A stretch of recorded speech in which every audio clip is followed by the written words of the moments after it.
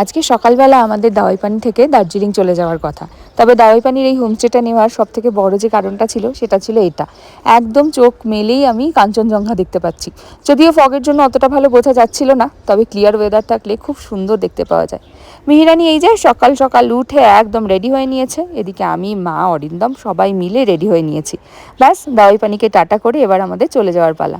তবে এদের এখানকার ব্যবহার সবার এত ভালো ছিল, আমার তো খুবই ভালো লেগেছে। সকাল সকাল মিহিকে একটু খাইয়ে দিয়ে আমরাও একটু ব্রেকফাস্ট করে নিলাম, ব্রেকফাস্ট করে চলে গেলাম দার্জিলিংয়ের জন্য।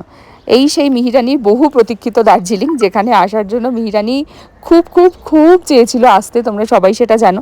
তবে মিহিরানি কতটা বুঝতে পেরেছে আমি জানি না, তবে আমি বেশ খুশি হয়েছি।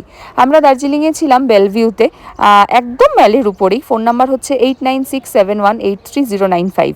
এই যে দিদিভাই সন্দেশ ওরাও সবাই চলে এসছে, ভাইও চলে এসছে, সবাই আবার আজকে আমরা একসাথে। এদিকে দুই ভাই বোন মিলে একটু ঘোড়ায়ও চড়ছে মনার সঙ্গে। আগেরবার তো চড়াতে পারিনি, খুব ছোট ছিল, তাই এবারে কিন্তু বেশ সুন্দর করে চড়তে পেরেছে। তারপর একটু গাড়িও চড়ে নিল।